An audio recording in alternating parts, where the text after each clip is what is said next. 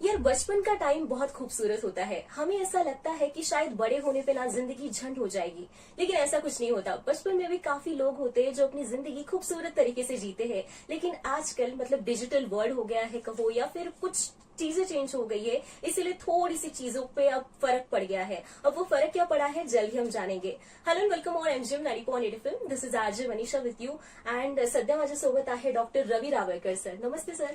नमस्कार मॅडम. कसे आहात तुम्ही? एकदम छान. ऑल इज वेल. तुम्ही कशा आहात? All is well. Actually sir all is well clinic कडून आहेत आणि सर म्हणजे तुम्हाला खूप एक्सपिरियन्स आहे सर, म्हणजे सध्या काय सुरू आहे आणि त्याचं काय म्हणजे कसं आन्सर म्हणजे त्याचं एक्सपेक्टेड जे आन्सर असतं ते तुमच्याकडे आहे.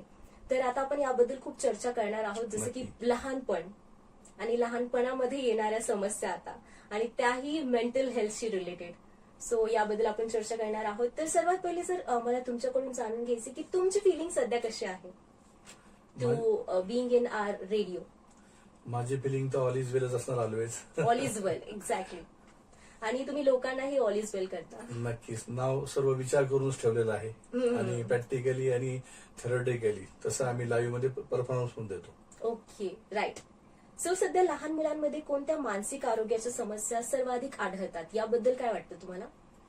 लहान मुलांमध्ये आता सर्वात जास्त तक्रारी ज्या आहेत त्या म्हणजे आरोग्याबद्दल मानसिक आणि भावनिक शारीरिक सर्वच लेवलच्या सुरू आहेत. लहान मुलं सध्याला मोबाईलच्या आहारी प्रचंड प्रमाणात गेलेले आहे. पण आता मोबाईलचं जे प्रमाण होतं ते एक लॉकडाऊनचा जो पिरियड होता त्या दरम्यान एक ठीक होतं की ते कंपल्शन होतं स्कूलकडून, कारण स्कूल बंद आहेत आणि मग ऑनलाईन मुलांना त्या मोबाईलवर अभ्यास करायचा आहे म्हणून पालकांनी एक सोयीस्कर साठी ते दिली.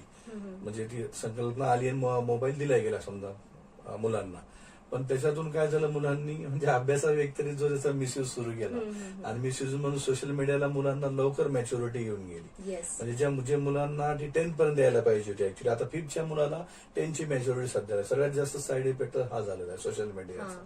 म्हणजे मोबाईलला आपण वाईट नाही म्हणूया, मोबाईलचे फायदे पण आहेत तर तोटे पण आहेत. पण आता पॅरेंट्स आपापल्या कामामध्ये मग्न आहेत. जर आई असेल तर ती हाऊसवाईफ आहे किंवा वर्किंग वुमन आहे आणि वडील आहेत तर ते ऑब्व्हियसली वर्किंगच असणार, no doubt. Head of department आहे, बरोबर आहे. मग वाढत्या जबाबदाऱ्यामुळे काय झालं, पहिले पॅरेंट्स आपापल्या कामामध्ये गेले आणि मुलांना फोन देऊन टाकला की त्याच्यावर तुला होमवर्क स्कूलवर्क सर्व काही करायचं आहे. पण आता लॉकडाऊन संपल्यानंतर सुद्धा तो मोबाईल त्यांना काही सुटत नाहीये. सगळ्यात मोठा साईड इफेक्ट हा झालेला आहे.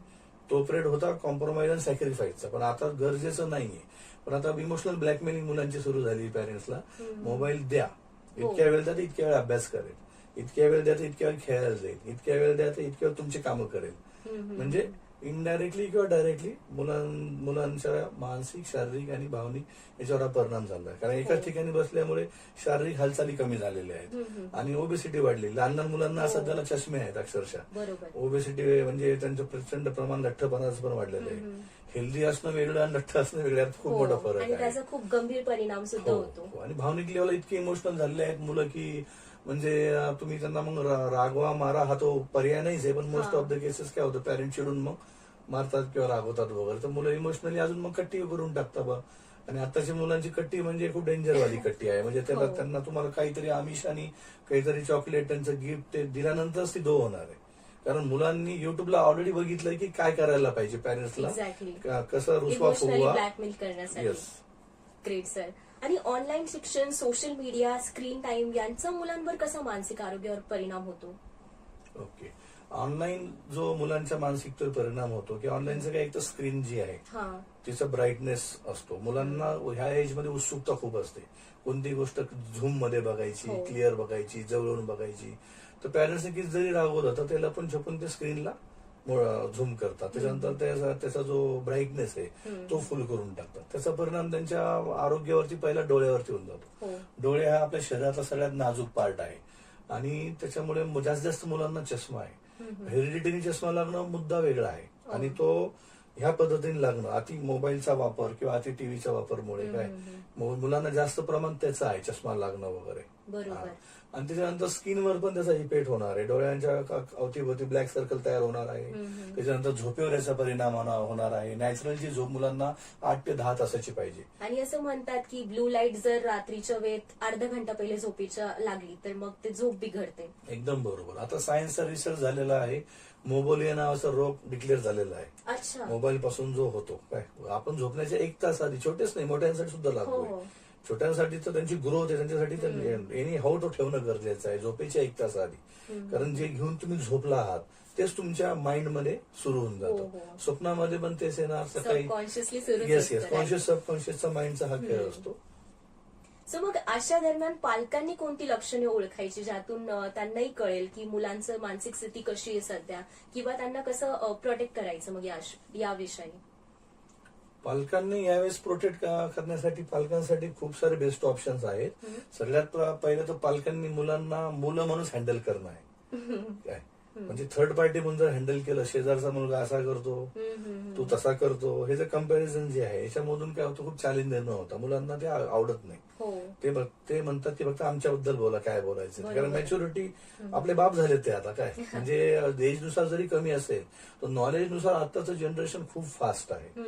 त्याच्यामुळे मुलांना एक तर मित्रासारखं हँडलिंग करणं आहे, त्याच्यानंतर त्याला आपलेपणा, माया, ममता, लाड, प्रेम सगळं देणं आहे. पण त्याच्या वेळा, टाइम टेबल, टाइम मॅनेजमेंट ठरणं खूप गरजेचं आहे. तरच पॅरेंट्सच्या कंट्रोलिंग मध्ये मुलं राहू शकतात. बरोबर. तरी पालकांना काही सिम्पटम्स कळतात का, म्हणजे बिफोर ते काहीतरी वेगळं सुरू आहे म्हणून, त्यांची शांतता, त्यांचं बिहेवियर मध्ये चेंजेस, असा एक एक्स्ट्रीम सिम्पटम जो त्यांना कळेल की आता काहीतरी गडबड आहे किंवा आम्हाला we should take care of that person, असं? येस खूप छान प्रश्न विचारला मनीषा मॅडम तुम्ही, की पालकांना पालक जर जागरूक असतील तरच पॉसिबल आहे. जर पालकच फोनमध्येच गुंतलेले असतील, आणि आजकाल तसंच झालंय, हेडफोन टाकून जर आई स्वयंपाक करते आहे आणि म्हणजे पप्पा पण जे आहे मुलांचे ते पण स्वतः सोशल मीडियावर व्यस्त आहेत, काय तर मुलांकडे अशा वेळेस तुम्हाला लक्ष जेव्हा तुम्ही देता त्यावेळेस तुम्हाला बऱ्याच वेळेस काय होऊन जातं की तुमचं माइंड म्हणजे पॅरेंट्सचं माइंड फ्री आहे का.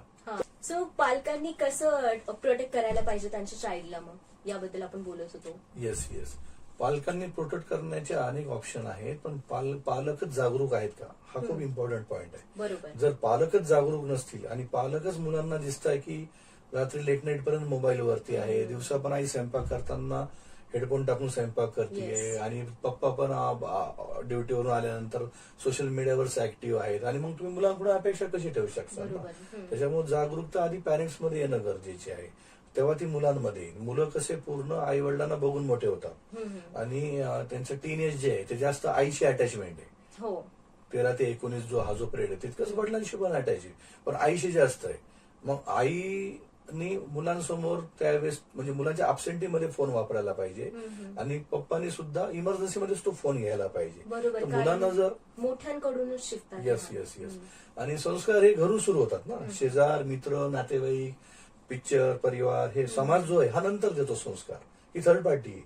फर्स्ट सुरुवात होते घरातून, आलं लक्षात. त्याच्यामुळे मग घरातून सुरुवात आहे तर पॅरेंटची खूप मोठी जबाबदारी. जर वडील व्यायाम करताना दिसताय, वडील काहीतरी बागकाम करताना दिसताय, काय वडील काहीतरी दुसरे आउटडोर ऍक्टिव्हिटी करताय घरामध्ये, साफसफाई वगैरे आईला मदत करताय, किंवा आई सुद्धा किचनचं काम करताना फोन पासून दूर आहे, काय तर हे सगळे ते मुलं पूर्ण टिपतात. एक क्षण जो असतो असं टिपतात, आणि मग त्यांना तुम्ही सांगायची गरज नाही मोबाईल ठेव किंवा मोबाईल घेऊ नको किंवा खूप वेळ झाला किंवा तुला रागवायची मारायची ती सुद्धा गरज नाही, कारण ते तुम्हाला ऑलरेडी बघताय ना माझे पॅरेंट्सच किती कमी वेळ फोन वापरताय. Very true. तर हे सगळ्यात महत्वाचा पॉईंट आहे जागरूकतेमध्ये. बरोबर बोललाय सर. आणि त्यासोबत मुलांमध्ये आत्मविश्वास, भावनिक स्थिरता वाढवण्यासाठी पालकांनी काय करायला पाहिजे? मुलांमध्ये आत्मविश्वास आणि भावनिक स्थिरता वाढण्यासाठी पालकांनी त्यांना सगळ्यात प्रथम त्यांना म्हणजे आपलं मूल तर आहे, बरोबर आहे, नो डाऊट, बट मित्रासारखं हँडलिंग खूप गरजेचं आहे. बरोबर. हो, कारण छोट्या मुलांना सुद्धा आता बऱ्याचशा गोष्टी कळायला लागलेल्या आहेत, ज्या म्हणजे आधीच्या जनरेशनला 10+ ला कळत होत्या. आणि मोबाईल आणि लॉकडाऊन मध्ये फोन हातात आल्यामुळे काय झालं, पूर्ण जग ते ऑलरेडी फिरून घेतले त्यांनी. मग 20 मध्ये जर फिरलं 25 सुरू आहे सध्याला. त्याच्यामुळे मग पूर्ण पालकांनी त्यांना मित्रासारखं हँडलिंग, त्याचा आपलेपणा, जिव्हाळा, त्याच्यानंतर काही काम करून घ्यायचं आहे तर त्याची एक पद्धत आहे. ऑर्डर टू मर्डर नाही करायचंय. खरंच. हा, जितकं तुम्ही नम्रतेने प्रेमाने चार काम जास्त होणार. हो.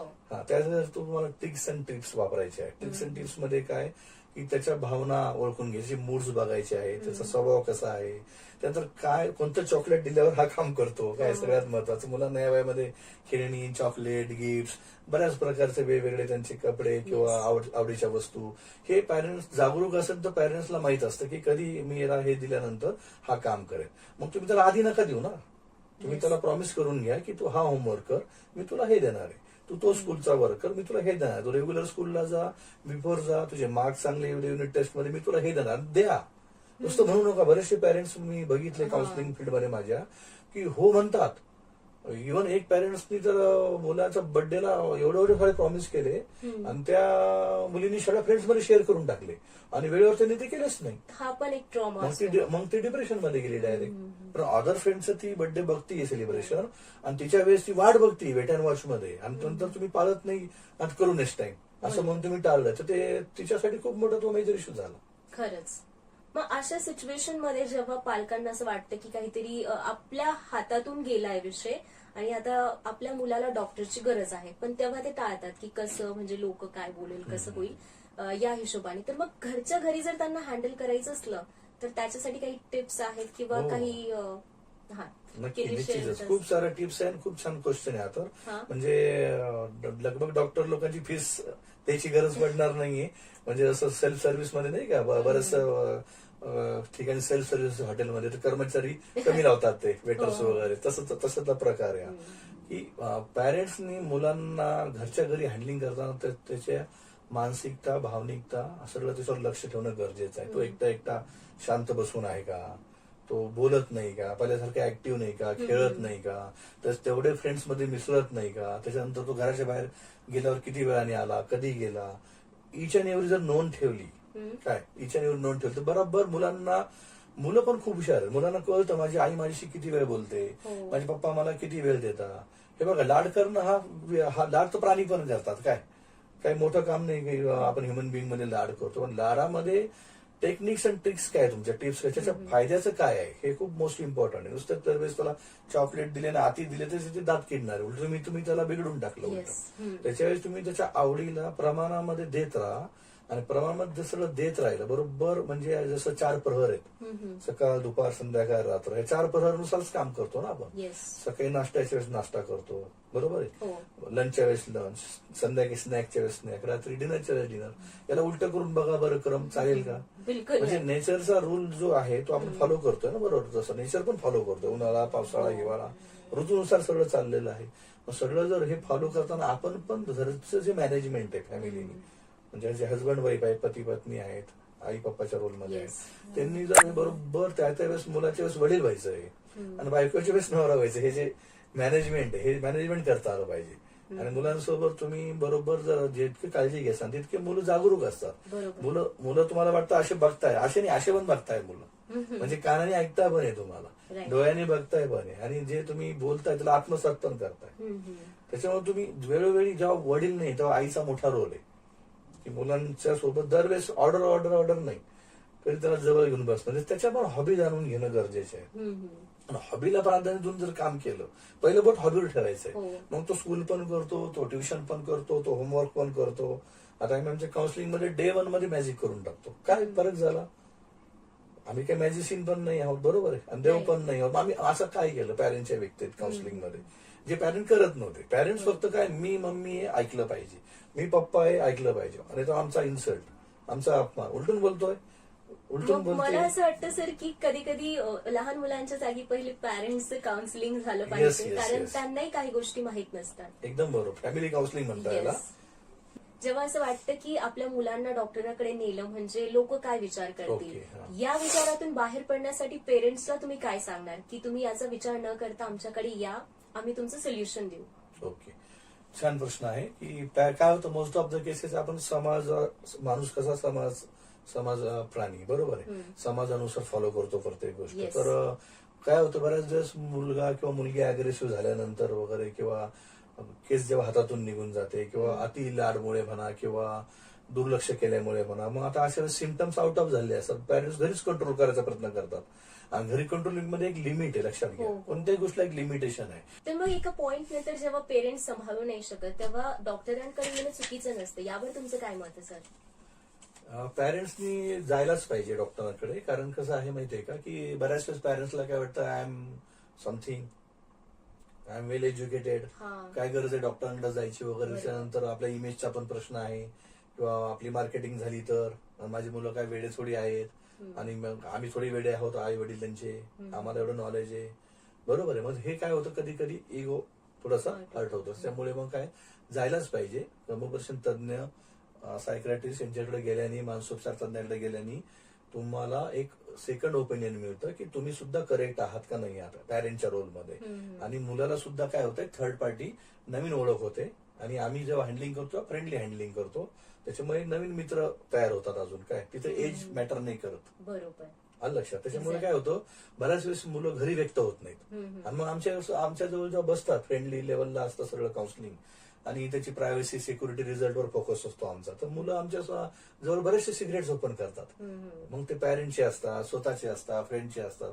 तर मला सांगा, फायदा झाला का तोटा झाला? उलट फायदा झाला. बरोबर. आणि लवकर बाहेर पडण्यासाठी मदत झाली. येस. उद्या चालून तो ब्लास्ट जो होणार होता, तो तिथेच आपण ती वाट विझून टाकली ना. बरोबर. तर मग हे खूप गरजेचं आहे की कमी वयात तुम्ही डॉक्टरांकडे जा. म्हणजे जसं आपण म्हणतो ना की लहान झाड असलं तर त्याला जेव्हा आपण पालन पोषण करतो तेव्हा तो मोठा होतो, फळं देतो. त्या प्रकारचा केस झाला आता हा. एकदम बरोबर. थँक्यू सो मच सर, तुम्ही इकडे तुमच्या Thank वेळेतून you. वेळ काढून आले आणि आम्हाला इतकी सुंदर नॉलेज दिली आहे. And you guys please take care of your child. आणि जर तुम्हाला वाटलं तर नक्की तुम्ही डॉक्टरला व्हिजिट करा. आणि सर तर आपल्याकडे असतात. असे नवीन इश्यूज आपण सरांना सांगूया आणि आपले प्रॉब्लेमचे सोल्युशन घेऊयात. Doctor Ravi Rawekar sir from all is well counselling health and nursing care centre. Thanks a lot once again. Thank you so much, ma'am. And you guys stay tuned to MGM 90.8 FM. साथ है तो बात है.